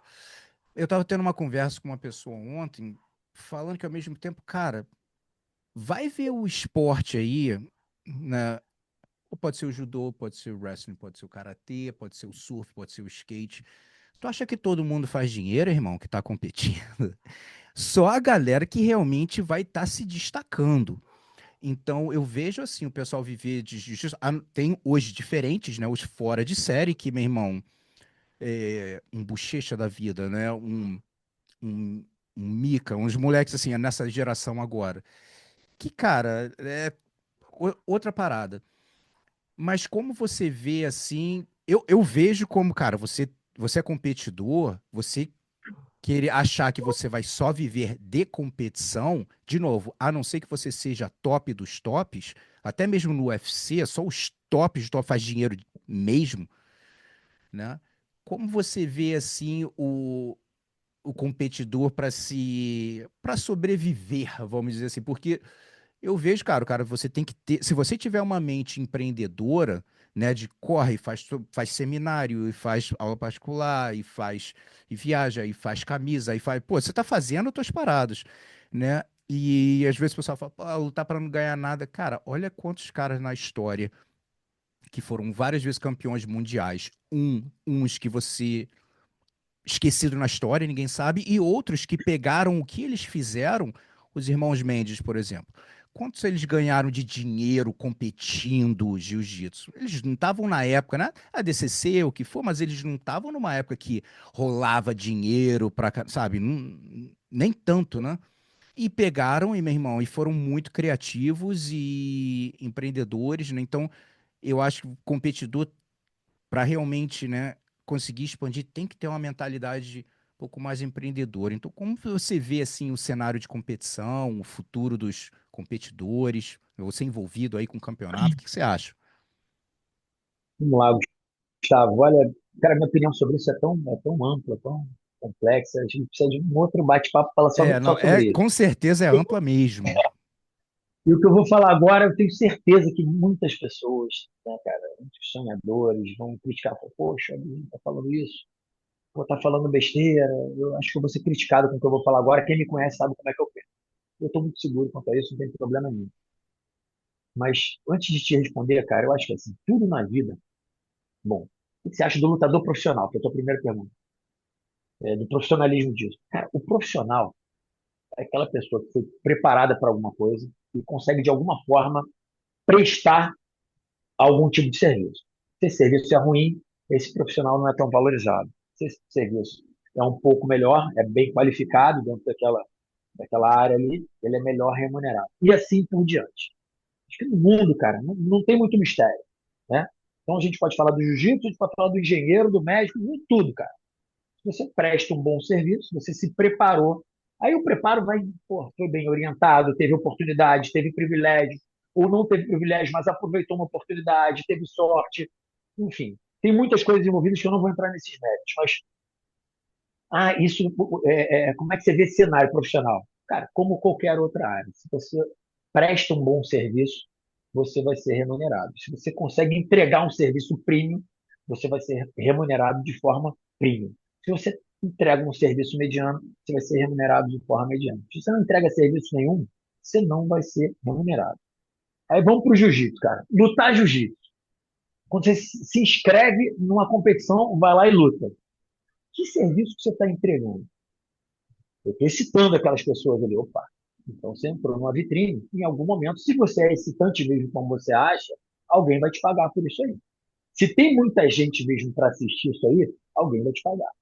Ah, mas em seminário, cara, o que você tem para entregar de prêmio? Onde é que você validou isso? Pô, eu sou campeão, eu mostrei, eu me preparei. Então, acho que você vai ganhar dinheiro com isso. Né? E academia? Se eu for campeão mundial, eu vou ter uma boa academia? Cara, não sei. Você se preparou para ter academia? Então, tudo é o preparo, cara. E nós, Gustavo, tínhamos um sonho. Hoje, você até pode ter sonhos, todo mundo tem que ter sonho, mas você já consegue, com a informação que a gente tem hoje, cara, com os meios de comunicação, você já pode ter metas. Você pode ter um planejamento, você já sabe o que dá certo. Então, essa coisa de premiação por luta, isso aí que eu disse de eu vou ser criticado, cara. Eu entendo não ter premiação. Porque quando eu me inscrevo numa competição, cara, eu estou indo usufruir de um serviço. Se essa competição for mediana, ela é mais barata.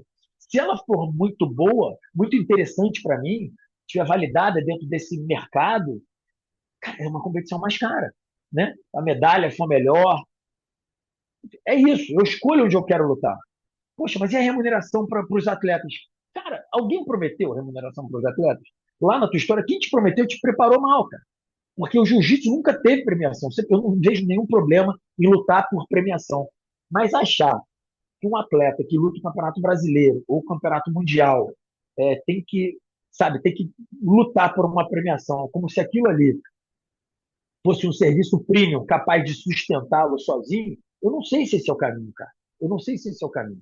Então, se você for realmente bom, o bichão como tu acha que é, cara, tua bolsa vai ser US$ 100.000, US$ 200.000, como tem alguns lutadores que já recebem. Quem é bom e quem, sabe, quem entrega algo premium para quem assiste luta, tá ganhando grana. O problema é todo mundo achar que ganha. Mas tem outras maneiras de você ganhar grana. Será que se você se preparar, por exemplo, como você, Gustavo, né? Se preparar, estudar, pegar a tua mochila, ir para os Estados Unidos, né? Aprender o idioma, se virar, conhecer pessoas, para depois de 20 anos, não sei quanto tempo você está aí, 20 e poucos anos, conseguir... foi um outro preparo. Sabe? Hoje você está sendo remunerado, eu não acredito que tenha sido que você foi campeão mundial.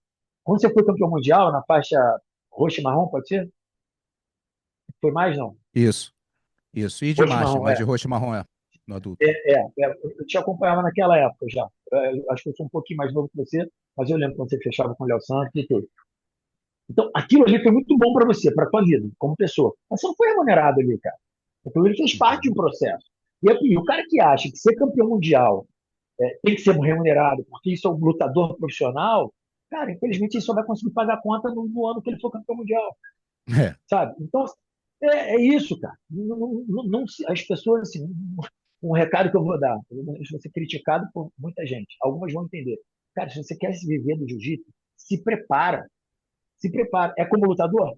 Vê o que as pessoas que vivem do jiu-jitsu como lutadores fazem e vê se você é capaz disso, vê se você está preparado para isso, vê se tem talento suficiente, ou esforço suficiente, ou se comunica bem, ou sabe jogar o jogo, porque isso é um jogo, cara. E esse jogo, a parte dele que dá dinheiro, não é ser o campeão brasileiro, ser o campeão mundial, cara.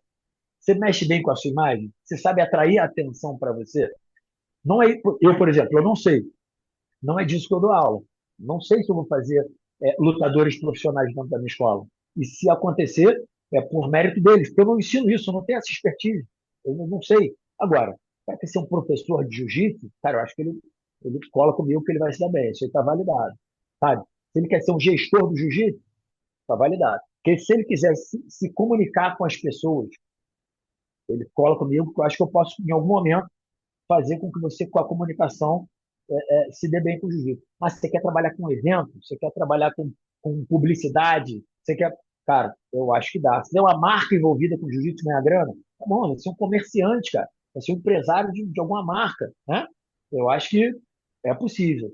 Sendo lutador, pode ser também, pode ser. Eu só não acho que essa coisa das pessoas brigarem pela premiação, eu acho que é importante, eu não estou desvalidando isso. É Eu um só tenho bom medo desse bônus, é sonho. um bônus interessante. Ótimo, eu só tenho medo desse sonho, do cara ser profissional de jiu-jitsu e ganhar grana lutando. Porque é um sonho que, para ele fazer isso, ele precisa entender melhor sobre comunicação, sobre atrair atenção, sobre redes sociais, sobre o que é um show. Ele tem que entender que, para ele ganhar grana, pessoas precisam pagar para vê-lo lutando. Só lutar o campeonato estadual, o campeonato brasileiro, não vai adiantar, cara. As pessoas não estão pagando, ninguém está querendo ver aquilo ali. Esse aí é o conteúdo gratuito, é para atrair um pouquinho a atenção. Então, hoje eu vejo, quando eu vejo 12 mil pessoas no World Master, cara, inscritas, eu tenho certeza que 11.950 estão ali para se divertir, cara. Isso é uma coisa que está dando certo. Talvez 50 estejam ali porque querem ser profissionais do jiu-jitsu e buscam visibilidade, querem participar do BJJ Stars, do Who's Number One. Eu entendo. Mas entenda que é uma minoria. Se você quer fazer parte dessa minoria, se prepara para ser parte dessa minoria. E a maior parte das pessoas que eu vejo reclamando, cara, não são pessoas preparadas para serem atletas profissionais, sabe? Então, agora, depois disso tudo, o que você acha sobre a profissionalização do jiu-jitsu? Acho muito maneiro. E tá rolando algo que não acontecia antes. As pessoas só precisam entender. Porque enquanto elas estão reclamando e pleiteando premiações, tem Master fazendo conteúdo e ganhando 100 mil para fazer uma luta, cara. Sabe? Tem Master que se comunica bem, representa bem e sabe chamar atenção, fazendo eventos, faturar com pay-per-view, com bilheteria. Enquanto você que está reclamando, insiste em todo ano pagar a inscrição, viagem e lutar em BGF achando que é uma medalha de ouro no Campeonato Brasileiro vai resolver a tua vida. Então, acho que é muito aí voltamos lá para o início da nossa conversa. O jiu-jitsu, pessoas às vezes estão mal preparadas, cara, porque os líderes, eles, os professores se intitulam professores. As pessoas que estão formando outras pessoas, muitas das vezes estão formando sem muita instrução, estão dando uma instrução e colocando na cabeça de jovens um sonho que pode ter um sonho, mas faz um planejamento para esse jovem, sabe? E senão ele vai ficar do juvenil até a faixa preta reclamando de premiação, cara, sabe? E lutando no campeonato e buscando, você entendeu? E tentando e reclamando. Enquanto tem gente chegando agora, faixa azul, arrebentando, já fazendo muita casada, porque entendeu a brincadeira, entendeu a regra do jogo. Enfim, profissão profissional de jiu-jitsu vai muito além do lutador. O lutador é só um pedacinho dele. Com Então, se certeza. o lutador fosse isso aqui, o jiu-jitsu é isso aqui. Mais. O jiu-jitsu é gigante. E o lutador é um pedacinho dele que eu acho muito maneiro. Só não dá para as pessoas apostarem todas as fichas ali e achar que é obrigação de um organizador de evento que só cresce, começar a mudar a regra porque está insatisfeito porque foi mal preparado. E mal preparado, que eu digo, é mal instruído. Super atletas podiam estar arrebentando em outras áreas, inclusive, insistindo com essa coisa de que o jiu-jitsu, para dar certo, tem que premiar em dinheiro os campeões. Cara, é curioso como, se tu olhar pegar o pós do Mundial Pan-Americano e Europeu, os últimos anos, cara, não mudou tanto. Repara bem. Então, Uhum. muitas das vezes, os que estão reclamando, eles nem ganhariam essas premiações, cara, Ah, sabe? E os caras, sabe, de ponta mesmo, eles estão satisfeitos, porque estão aprendendo a fazer isso, sabe? Então, acho que por mais pessoas que instruam outras pessoas a viverem do jiu-jitsu e não necessariamente só lutando. Jiu-jitsu é muito mais que isso. Não sei na tua academia, mas na academia 98% das pessoas buscam saúde e qualidade de vida, cara.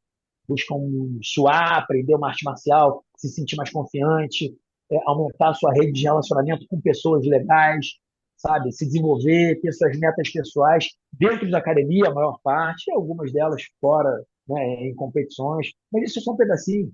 Estou falando aí de 2%, mas tem academia que é menos, 1%. E aí, É, claro, tem as grandes equipes, 80% das pessoas que praticam são competidoras.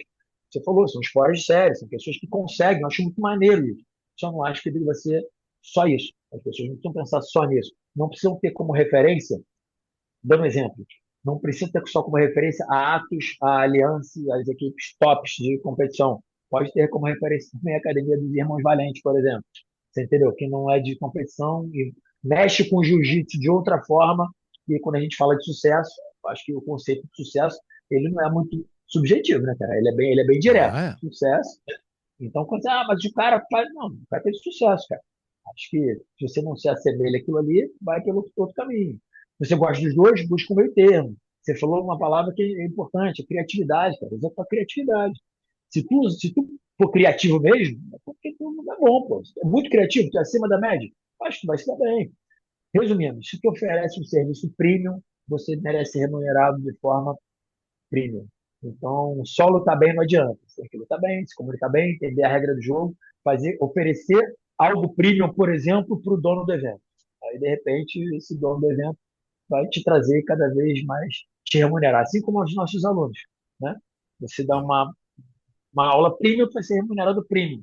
Né? Você está no lugar certo, com as pessoas certas, né? Validou aquilo ali socialmente, você vai conseguir ser um profissional da luta. E não necessariamente você precisa ser um campeão mundial para isso. E é interessante também, às vezes eu vejo de novo, eu também tenho uma visão diferente, assim, por exemplo, algumas pessoas que começaram no jiu-jitsu numa outra época, ou até pessoal de fora, né, brasileiros que estão aqui nos Estados Unidos e acabam, às vezes, né, criticando a federação, a IBJJF. A organização é perfeita? Não, cara, vou concordar com tudo? Não, mas se não fosse o trabalho deles, realmente ia, né? E o que eu falo é o seguinte, eu falo, cara, algumas pessoas que agora criticam muito, falo só para te lembrar, irmão, também, não querendo julgar nem nada, mas não estou dizendo que é todo mundo. Eu, no meu caso, eu consegui o meu visto para ficar aqui para trabalhar por causa dos títulos que eu conquistei na IBJJF, por o trabalho que eu fiz, subindo até chegar aqui, eu apliquei para um visto. O que que esse garoto fez?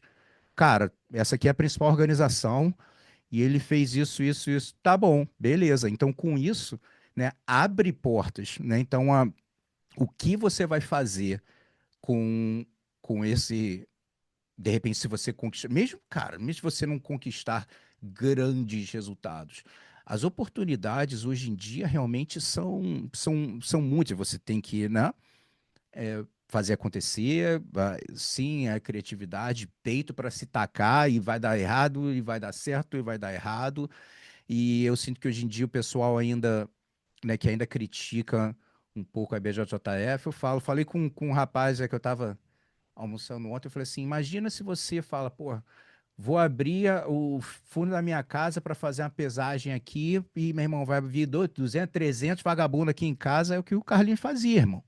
Lá na Barra. A gente ia lá fazer a pesagem, era na casa do cara. Então, tipo assim, o nego não viu também o trabalho que começou lá atrás para chegar onde está hoje em dia.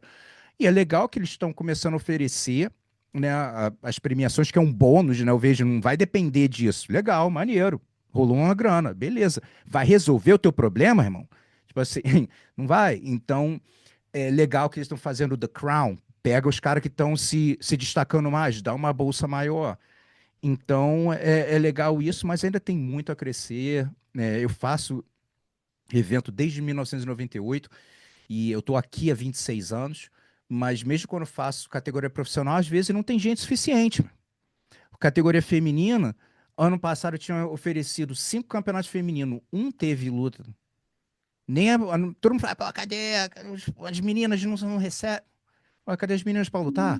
Né? E às vezes também o pessoal acaba reclamando muito e quando tem oportunidade, não faz. Mas realmente isso é uma coisa que não é para todo mundo e você, pô, falou muito bem, realmente é se preparar, né, para quando a oportunidade aparecer, meu irmão, abraçar e Como bora. tudo na vida, cara. O viver de uma modalidade como o jiu-jitsu é como viver de outra Pô, modalidade. Né? é, Vão ter pessoas, sim, que vão sair de uma corrida, vão sair na frente, vão ter pessoas privilegiadas, vão ter pessoas que vão precisar se esforçar mais, eu acredito, né? E eu acredito que essas pessoas que vão se esforçar mais também se tornam mais fortes, também tem isso. Então, copo cheio, copo vazio, né? Pessoas que se esforçam mais acabam sendo prejudicadas em relação às que têm algum tipo de privilégio. Por outro lado, num crescimento, essas pessoas se tornam mais fortes do que as que tiveram privilégio. E eu falo isso tranquilamente, eu acho que eu tenho esse lugar de fala por ter começado do zero. Então, eu sei o que é começar, abrir uma academia, começar o negócio sem ser o campeão mundial, sabe? Eu sei o que é também lesionar e lutar sem ganhar dinheiro, só pela medalha. Eu sei, cara, eu passei por tudo isso. Então, você falou do Carlinhos Gracie, cara, a comunidade de jiu-jitsu precisava 100% ser grata, cara. A comunidade de jiu-jitsu precisa ser 100% grata à família Gracie, tem que ser grata ao André Pederneiras, tem que ser grata ao Fábio Gurgel e ao Jacaré e ao Gigi, tem que ser grata ao que mais? Carson Grace, tem que ser grata a toda a família. Cara, são os caras que pavimentaram. Então, hoje, você falou aí do teu visto, né? Hoje eu tenho hoje eu tenho um negócio, né, cara? Não só uma profissão. Eu tenho um negócio, eu tenho um meio de sustento. Eu consigo que a minha família viva sem passar necessidades graças ao jiu-jitsu. E o jiu-jitsu é o que é? Graças a esses pioneiros, né? Não só a família Gracie, a principal, mas todos esses. Então, assim, eu acho que merecem uma gratidão, merecem um respeito. E é o que você falou, claro que também merecem crítica. Todo mundo tem é, direito de criticar, né, para melhora. Mas eu enxergo a MJJF como uma instituição que deu muito certo, faz muito pelo jiu-jitsu e torço cada vez mais pelo sucesso, não só dela, como de diversas outras instituições, até mesmo, inclusive a que eu faço parte, a SJJIF nos Estados Unidos e a SJJ-SAF aqui, que muitas pessoas criticam, mais uma federação, tem um monte de federação. Cara, eu acho que quanto mais melhor, você tem o livre poder de escolha, acho que você é. tem que ir atrás da que te entrega um melhor serviço, da que te faz melhor, da que você acha mais interessante estar participando. E é isso, cara. Eu acho que o jiu-jitsu está no melhor momento da história. O jiu-jitsu competitivo, padrão federações, está no melhor momento da história. O jiu-jitsu, vamos colocar aí, o jiu-jitsu artístico, né? O jiu-jitsu vamos lá, é artístico todo jiu-jitsu né? A arte. Mas o jiu-jitsu entretenimento está no melhor momento da história também, acho que só cresce. É. O jiu-jitsu, que acho que é o que eu faço mais parte hoje, que é o jiu-jitsu como, sabe, como uma atividade que leva um baita lifestyle para as pessoas, uma baita saúde, qualidade de vida, sabe, um estilo de vida muito maneiro. Então, está na melhor fase da história. Eu acho que hoje muitas pessoas entendem as artes marciais, puxando sardinha para o nosso aqui, o jiu-jitsu como uma baita ferramenta de desenvolvimento para uma criança, para um jovem, para um adulto, para um idoso. Resumindo, o jiu-jitsu está na melhor fase da história, então todo mundo que trabalha em prol desse desenvolvimento, sejam as instituições, federações, ou as instituições de entretenimento, ou as escolas, pessoas que trazem, né, todo tipo de perfil para dentro da academia, todos esses eu acho que estão no melhor momento. Podemos sempre ser críticos para melhorar essas três pontas, né, essas três lanças aí, mas não desmerecendo o que vem sendo É. feito. Poxa, Crítica você construtiva, né? não está satisfeito Normal. com o modelo IBGF, trabalhe e se prepara para ir para o modelo de entretenimento, cara. Se não está satisfeito com nenhum desses dois, prepare e trabalhe para vir no momento escola, educacional, enfim, eu acho que tem espaço para todo mundo, mas tudo está relacionado ao preparo. E, cara, a gente chegando no final aí do bate-papo, queria fechar com uma pergunta que provavelmente poderia já ir para um outro podcast, mas qual foi uma das maiores lições que o jiu-jitsu te deu, cara, na tua vida? Eu acho que resume tudo que a gente falou hoje, sabe, cara? O fato de eu, quando eu falo para os pais colocarem seus filhos no jiu-jitsu como primeira atividade, né? Como o Kelly Slater falou, ele também falou, coloque o jiu-jitsu Coloque seu filho no jiu-jitsu antes de qualquer outro esporte. Ficou uma frase famosa, o cara é um super campeão do esporte. E eu acho que isso é importante porque você colocando as crianças para se submeterem a esse tipo de atividade num bom local, com um bom método, com bons profissionais, essas crianças, assim como foi a minha história e a história de milhares de pessoas, né, que hoje são bem-sucedidas com o jiu-jitsu, e em outras áreas, e praticaram jiu-jitsu quando mais jovens, quando mais novas, a criança aprendendo os valores de um dojo, sabe? E aprendendo e naturalizando reagir sob pressão desde cedo, elas se tornam pessoas mais fortes. Então, acho que a maior lição que o jiu-jitsu me deu foi isso, cara.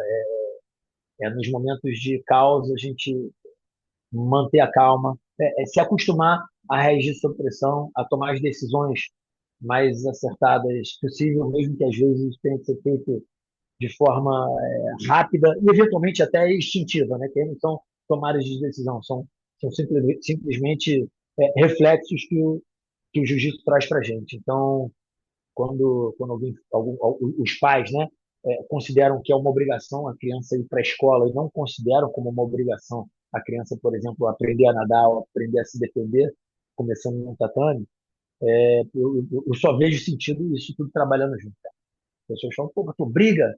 Tu acha que tem que obrigar as crianças a ir para a academia de luta? Eu falo, você acha que você tem que obrigar uma criança a ir para a escola? Porque a palavra obrigar ela é pesada, né, cara? Mas para pensar. Você não quer o melhor para os seus filhos? E quando ele não quer ir para aula, o que você faz? Então, acho que deveria ser assim, né? A escola, né, de português, matemática, história e tudo mais, tem tanta importância como, por exemplo, aprender a se movimentar no meio aquático e aprender a se comunicar de igual para igual com qualquer um, e isso se aprende no tatame, seja para se proteger, né, legítima defesa, ou seja, para aprender a reagir sob pressão. Então, a maior lição que o jiu-jitsu me trouxe foi essa, cara. Desde cedo, aprender a lidar com as adversidades e reagir sob pressão, e levo isso para a minha vida inteira, em todos os momentos, desde os mais simples até os mais complexos. E olha que eu passei que eu passei por muitos momentos complexos na minha vida. Sem dúvida, o jiu-jitsu sempre esteve presente, né, com essa capacidade de se adaptar, de reagir sob pressão, a resiliência que o jiu-jitsu traz para ele. Então, acho que essa foi a maior lição. Show de bola, irmão. Obrigadão aí pela disponibilidade, cara. Parabéns pela brilhante jornada. Ainda tem muita coisa para, muito trabalho para ser feito. A gente, né, todos nós, o trabalho nunca termina, né? Tem sempre a missão enquanto a gente estiver aqui, eu falo que você acha que eu nunca vou me aposentar? Enquanto eu estiver vivo, eu vou estar produzindo alguma coisa. Posso estar trabalhando menos, mas, meu irmão, enquanto eu estiver vivo, eu vou estar produzindo. E então, meu irmão, obrigado aí pela disponibilidade. Parabéns. Obrigado a você, Gustavo. Um maior prazer estar aqui batendo esse papo contigo. Como falei no início, sou um grande fã teu, um grande admirador do teu trabalho, o trabalho que você faz hoje em dia, como também já era um admirador do que você representou quando lutador, na época de adulto, de toda a sua equipe, apesar de ser de uma outra equipe, sempre um grande admirador, não só de você, do teu time, de toda a Nova União, e sempre a torcer pelo sucesso de toda a comunidade de jiu-jitsu, e junto a gente continua caminhando. Show de bola. Obrigado, irmão, galera. Tamo junto. Abraço. Us. Os